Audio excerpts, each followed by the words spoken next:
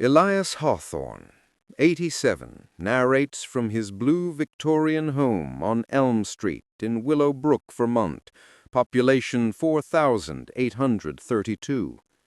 In October 2025, the town glows with crimson maples, cider stands, and frost-kissed fields.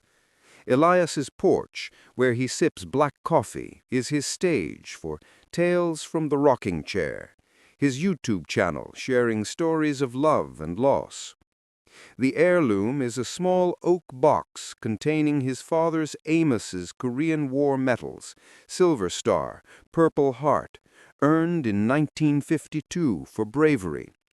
Elias polishes them weekly, their weight evoking Amos's quiet pride. His days blend orchard walks, chats with locals like Mrs. Jenkins, who brings muffins, and visits to Pastor Emily's church. The medals, stored in a locked drawer in the living room, anchor Elias to his father's sacrifice and his late wife Martha's reverence for them, died 2005. The barn behind his house, filled with hay and old tools, is his retreat for reflection. Thomas, Elias's nephew, 42, is the son of Elias's late brother, James. Raised in Willowbrook, Thomas idolized Amos's war stories, playing with toy soldiers by the barn. Now a curator in Burlington, he's launching a for-profit military museum in 2025, struggling financially. His wife, Rachel, 40, and daughter, Emma, 15, are supportive but distant from Willowbrook.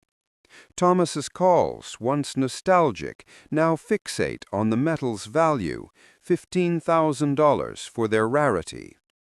Elias, fond of Thomas, considered passing the medals to him in his 2015 will, but Thomas's recent texts, "Uncle Elias, those medals would draw crowds, feel cold, prioritizing profit over honor." Their bond, once warmed like a barn's summer hay, sours as Thomas's ambition overshadows family legacy. Amos earned the medals in 1952, the Silver Star for saving his squad, the Purple Heart for shrapnel wounds. The oak box, carved by Amos's father, holds them with a faded photo of Amos in uniform. Passed to Elias in 1975 after Amos's death, the medals stood on the living room mantel, where Martha dusted them with care. Their kids, Robert, Sarah, Laura, grew up hearing war stories, Sarah once pinning the medals on Elias for a school play. Valued at $15,000 by collectors for their provenance, Elias rejects offers, honoring Amos's wish, "Keep them family, son." A notarized letter in the box, stored under the living room floorboards, confirms Elias's ownership, a promise Thomas once seemed to cherish. In late October 2025, Thomas visits Elias's home, his SUV parked by the barn.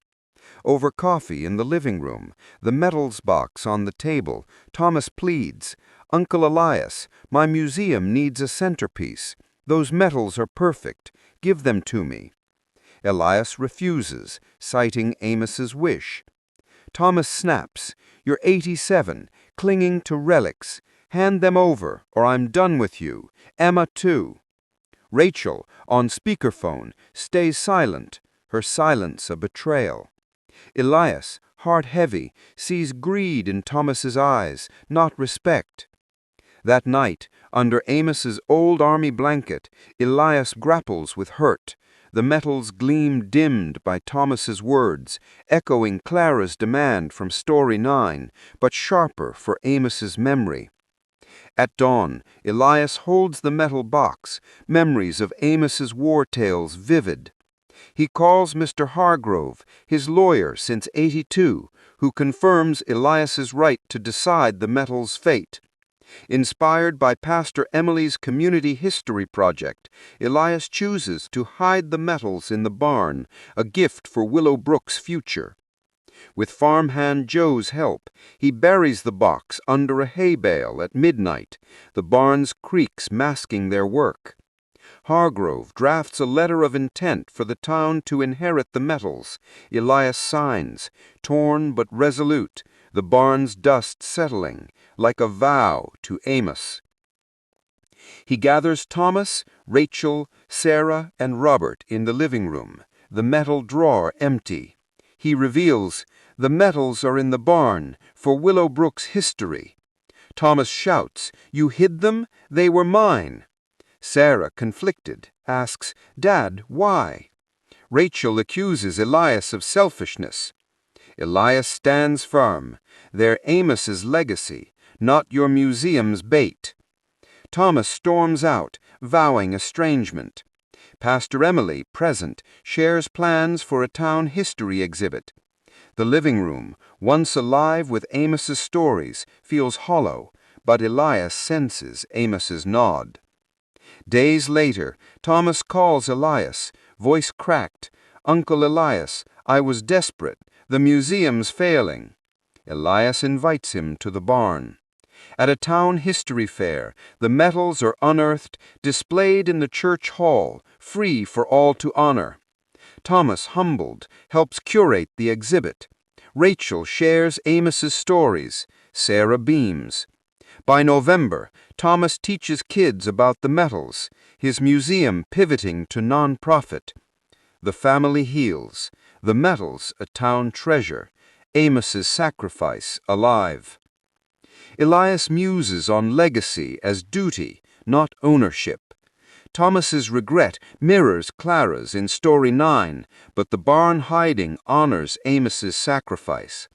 At 87, Elias knows time's short, but the metal's legacy endures. He urges his YouTube audience to value honor over gain, his voice steady over coffee.